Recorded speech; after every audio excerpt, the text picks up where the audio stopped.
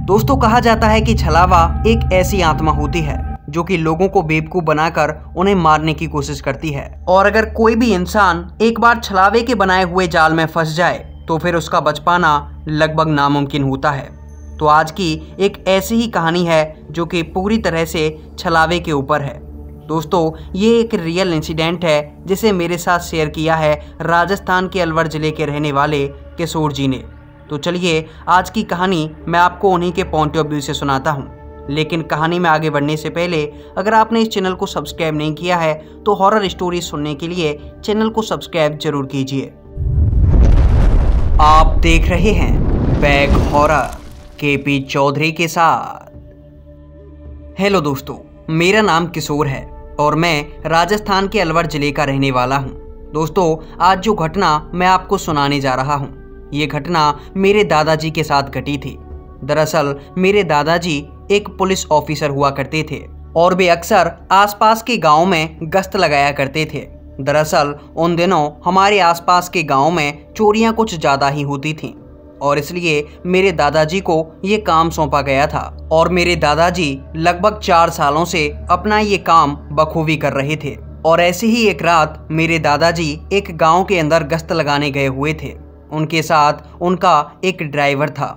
मेरे दादाजी और वो दूसरा पुलिस वाला जो कि उनका ड्राइवर था, दोनों उस गांव के चारों तरफ गश्त लगाकर वहां से निकलने ही वाले थे कि तभी उनको अचानक से एक डाकुओं की टोली दिखाई दी।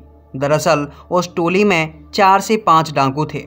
दादाजी के उस गांव से निकलते ही वे डाकू गांव के अंदर घुसने लगे, लेकिन तभी मेरे दादाजी की नज़र उनके ऊपर चली गई थी और दादाजी ने अपनी जीभ उन डाकुओं की तरफ लगा दी। जैसे ही डाकुओं ने पुलिस की गाड़ी को आते हुए देखा तो वे डाकू गांव से बाहर निकलकर भागने लगे, लेकिन मेरे दादाजी लगातार उनका पीछा किए जा रहे थे। लेकिन थोड़ी दूर भागने के बाद जब वे गांव की सीमा से बाहर निकले तो सड़क के एक किनारे एक छोटी सी पगडंडी से होकर वो नीचे जंगल की तरफ उतर गए।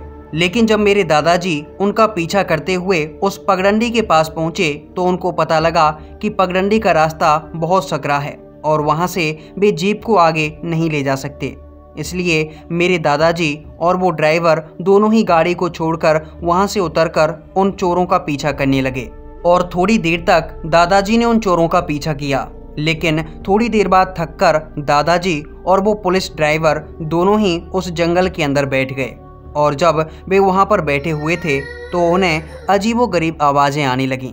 उन आवाज़ों को सुनकर मेरे दादाजी को ऐसा लगा कि जैसे जंगल के अंदर कोई छोटा सा बच्चा रो रहा है और फिर मेरे दादाजी उस आवाज़ की तरफ चल दिए। पुलिस ड्राइवर और मेरे दादाजी दोनों ही उस आवाज़ का पीछा करने लगे और जैसे जैसे वे उस आवाज़ के करीब जा रहे थे आवाज़ और भी तेज़ हो रही थी और आवाज़ का पीछा करते हुए मेरे दादाजी उसी जगह पर जा पहुँचे जहाँ पर वो बच्चा पड़ा हुआ था। दरअसल वो लगभग 2 से 2.5 साल का बच्चा था जो कि वहाँ पर बैठा हुआ था। उसके कपड़े फटे हुए थे और वो एक अजीबोगरीब हालत में था। उसके सर से थोड़ा थोड़ा खून रिस रहा था। उस बच्चे की ऐसी हालत देखकर मेरे दादाजी को लगा कि शायद ये डाकू ही इस बच्चे को उठाकर लाए थे और ये इस बच्चे को यहाँ से लेकर जा रहे थे। लेकिन पुलिस की गाड़ी देखकर इस बच्चे को यहीं पर छोड़ गए। इसके बाद मेरे दादाजी ने उस बच्चे को वहां से उठाया और उसे लेकर अपनी गाड़ी की तरफ बढ़ने लगे। वो ड्राइवर और मेरे दादाजी अब उन गुंडों का पीछा छोड़कर उस लड़के को अपनी गाड़ी की तरफ ले जा रहे थे ताकि वो उस छोटे से बच्चे को गांव वालों के हवाले कर सकें। और इसलिए मेरे दादाजी उस बच्चे को गोदी में उठाए अपनी गाड़ी के पास पहुंचे और उन्होंने गाड़ी में उस लड़के को बिठा दिया और खुद भी उस गाड़ी में बैठ गए। लेकिन जब ड्राइवर ने गाड़ी को स्टार्ट करने की कोशिश की तो गाड़ी स्टार्ट नहीं हो रही थी। दरअसल वो कमांडर जीप थी जो कि काफ़ी मेहनत मशक्क़त करने के बाद भी काफ़ी देर तक स्टार्ट नहीं हुई। इसके बाद मेरे दादाजी उस बच्चे को अपनी गोदी में लेकर उसी गाड़ी के अंदर बैठे रहे और उन्होंने अपने उस ड्राइवर से गाड़ी से नीचे उतरकर गाड़ी को देखने के लिए कहा कि आखिर गाड़ी में खराबी क्या हुई है। इसके बाद वो ड्राइवर गाड़ी से नीचे उतरा और गाड़ी को चेक करने लगा, लेकिन काफ़ी देर तक देखने के बाद भी उस गाड़ी के अंदर कोई भी खराबी नज़र नहीं आ रही थी। लेकिन लगातार वो ड्राइवर उस गाड़ी को ठीक करने की कोशिश कर रहा था और मेरे दादाजी अपनी गोदी में बैठाए हुए उस बच्चे से बातें करने की कोशिश कर रहे थे। उस बच्चे की उम्र 2 से 2.5 साल थी और इसलिए दादाजी उससे ये पूछना चाहते थे कि आखिर उसके माता पिता कौन हैं, वो किस गांव का है। हालांकि दादाजी अब तक ये तो समझ ही चुके थे कि वो बच्चा उसी गांव का है जहां से वो चोर भागे थे, लेकिन फिर भी दादाजी इसलिए उससे बातें किए जा रहे थे ताकि वो बच्चा डरे ना और रोए ना। अभी मेरे दादाजी का ध्यान पूरी तरह से उसी बच्चे की तरफ था कि तभी उनका ड्राइवर बोलता है, साहब इसके इंजन के कुछ तार कटे हुए हैं, अभी ठीक किए देता हूँ। ड्राइवर की आवाज़ सुनकर मेरे दादाजी बोले, अच्छा ठीक है, कर दो ठीक जल्दी। मेरे दादाजी अभी अपने ड्राइवर को ऐसा बोल ही रहे थे कि तभी उन्हें अचानक से एक आवाज़ आती है, अरे अजीत, कब तक ठीक होगी ये गाड़ी? जल्दी करवा, मुझे अपना काम करना है। ये आवाज़ सुनकर मेरे दादाजी के हाथ पैर बुरी तरह से कपकपाने लगे, क्योंकि ये आवाज़ किसी और की नहीं बल्कि उनकी गोदी में बैठे उसी 2.5 साल के बच्चे की थी। और ये आवाज़ उस ड्राइवर को भी साफ साफ सुनाई दी थी। ये आवाज़ सुनने के बाद जब वो ड्राइवर गाड़ी की रिपेयरिंग छोड़कर खड़ा हुआ और उसने मेरे दादाजी की तरफ देखा, तो मेरे दादाजी की तरफ देखते ही वो ड्राइवर वहाँ से भाग खड़ा हुआ और वहाँ से भागकर वो ड्राइवर सीधा पास के गाँव में जा पहुँचा और वहाँ पर चिल्ला चिल्ला कर उसने सभी गाँव वालों को इकट्ठा कर लिया और उसके साथ घटी हुई पूरी घटना के बारे में उसने गांव वालों को बताया। और इसके बाद जब वो ड्राइवर उन गांव वालों को लेकर उस जीप के पास पहुंचा जहां पर वो मेरे दादाजी को छोड़कर गया था, तो उसने देखा कि मेरे दादाजी वहां पर मृत पड़े थे। उनके सर से खून बह रहा था, मानो किसी ने उनके सर पे एक जोरदार चोट मारी हो, जिसकी वजह से मेरे दादाजी की ऑन द स्पॉट वहीं पर मौत हो गई थी।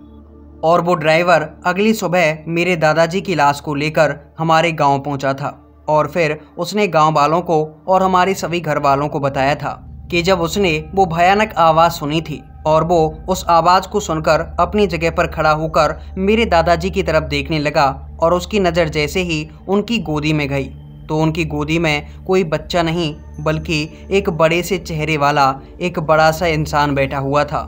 वो लगभग 30 से 35 साल का इंसान था और वो मेरी तरफ देखकर हंसे जा रहा था।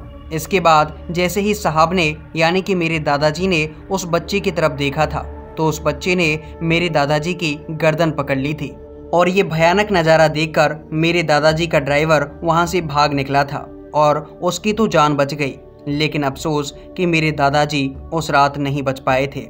लेकिन उस दिन के बाद से ही उस गांव के अंदर काफ़ी अजीबोगरीब घटनाएं होती रहती हैं। गांव वालों का कहना है कि जिसने मेरे दादाजी की जान ली थी वो बुरी आत्मा कोई और नहीं बल्कि छलावा था और अब वो कच्ची पगडंडी एक सड़क के रूप में बदल चुकी है और अभी भी उस सड़क पर आए दिन अजीबोगरीब घटनाएं होती रहती हैं। तो दोस्तों, ये थी किशोर जी की कहानी। आपको ये कहानी कैसी लगी नीचे कमेंट सेक्शन में कमेंट करके ज़रूर बताइए। और अगर आपके पास भी कोई ऐसा रियल इंसिडेंट या फिर रियल हॉरर स्टोरी है जो कि आप मेरे साथ शेयर करना चाहते हैं, तो स्क्रीन पर अब आपको मेरा व्हाट्सएप नंबर दिख रहा होगा, जिस पर आप कमेंट करके या फिर रिकॉर्ड करके अपनी कहानी मेरे साथ शेयर कर सकती हैं। इसके अलावा अगर अभी तक आपने इस चैनल को सब्सक्राइब नहीं किया है तो इस वीडियो को लाइक करके चैनल को सब्सक्राइब जरूर कीजिए, ताकि आपको इस चैनल पर आने वाली हर एक हॉरर स्टोरी सबसे पहले सुनने के लिए मिल जाए। तो चलिए आज की इस वीडियो में बस इतना ही।